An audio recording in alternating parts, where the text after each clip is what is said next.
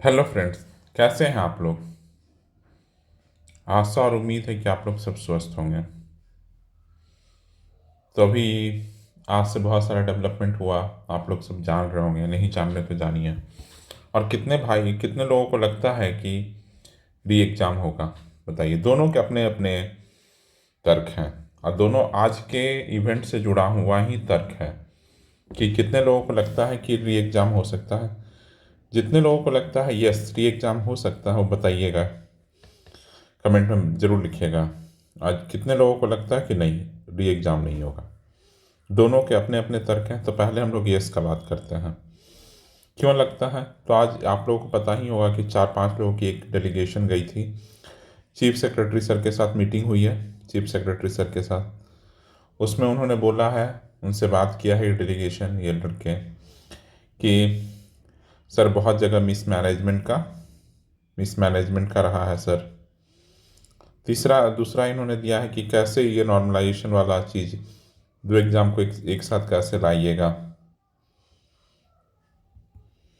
तो मिसमैनेजमेंट और ये इन दोनों का तर्क देकर तो चीफ सेक्रेटरी सर ने कहा है कि अगर कहीं भी मिसमैनेजमेंट हुआ होगा 24 आवर में ये एक रिपोर्ट बनवाया जाएगा, कि पता कराया जाएगा जो बच्चे बताए हैं कि साक्ष्य के रूप में सीसीटीवी कैमरा आप लोग खंगालिए और देखिए कि वहाँ हुआ है या नहीं हुआ है। तो चीफ सेक्रेटरी सर ने कहा है कि 24 आवर में हम रिपोर्ट आप लोगों को अपडेट करते हैं। तो अगर सही मिसमैनेजमेंट हुआ है जो बच्चों का आधार है, तो ये तो अंत में सही ही होगा। तो सही होगा तो ये री एग्ज़ाम होगा। सेकेंड डेवलपमेंट है कि पप्पू यादव जी जाकर मिले थे गवर्नर से।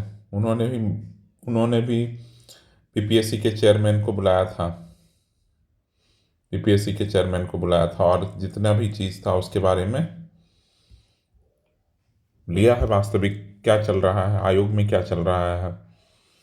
तो हो सकता है गवर्नर की तरफ से भी पुश हो चीज़ें, तो फिर री एग्ज़ाम हो सकता है।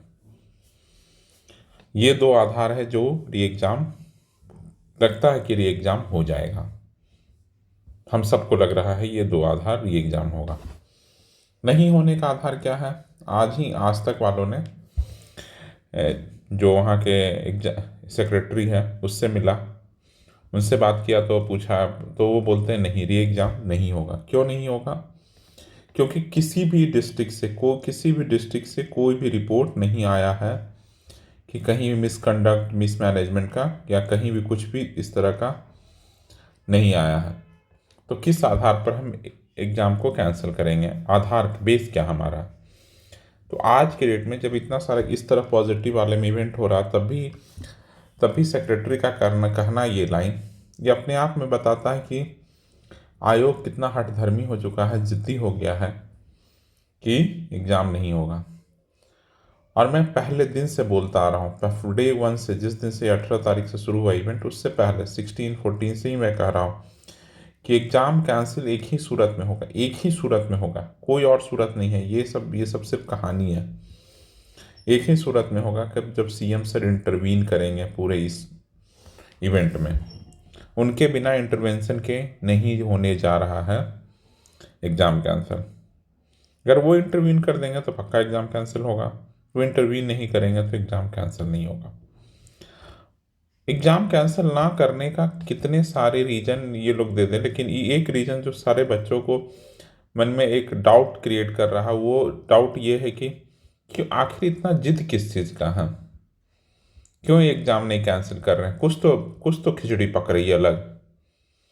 ऐसे तो कोई खिचड़ी पक नहीं रहा है। लोग बोल तो रहे हैं कि जो आयोग और ये बोल रहा है कि 1 सेंटर 1 सेंटर 1 सेंटर 1 सेंटर, ये 1 सेंटर नहीं है ब्रो, ये 25 सेंटर से ऊपर है। 30 सेंटर है आज के डेट में। 30, 15-20 जिले में सेंटर होता है एक जिले में, ये 30 सेंटर का बात है।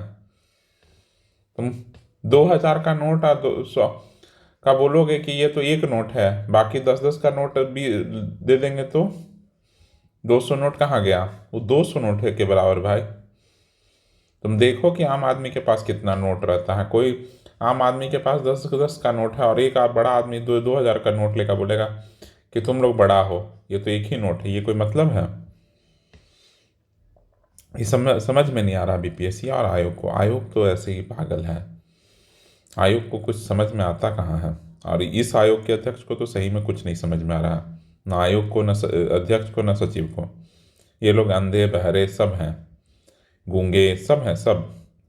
जितनी बुराई कर सकता हूँ उतना करूँगा, और आप लोग भी जितना कर सकते हैं करते रहिए। ये आयोग नहीं, हम लोग उसी राज्य में पल रहे हैं जहाँ गाली भी देना होगा। जिस चीज़ की तैयारी कर रहे उसी आयोग को गाली भी देना होगा, और फिर उसी आयोग के एग्जाम में बैठना भी होगा। क्या कर सकते हैं? यही आयरनी है हमारे राज्यों की, हमारे राज्य का। और प्रशांत किशोर तो आज बोले हैं कि उन सब पुलिस के खिलाफ केस करेंगे। ये होना ही चाहिए था, डे 1 पे होना चाहिए था। जिस दिन 6 दिसंबर की घटना में भी होना चाहिए था कि जो जो पुलिस वहाँ इवेंट पे लाठी चला है उन सब के खिलाफ एफआईआर होना ही चाहिए। ये मस्ट है, मस्ट। उसके बाद फिर अभी जो संडे को हुआ 25 दिसंबर को, उसमें भी सारे लोगों के ऊपर केस होना चाहिए। कल में भी सारे लोगों पे, पुलिस पे केस होना चाहिए। दूसरे राज्यों में पुलिस अगर मार देती है तो एफआईआर उसी के थाने में जाकर जनता करती है। हमारे यहाँ तो डरा के रखे हैं। पुलिस राज्य चल रहा है क्या? होना ही चाहिए एफआईआर पुलिस पे। कोई उनको किस चीज़ का प्रिविलेजेस मिल रहा है?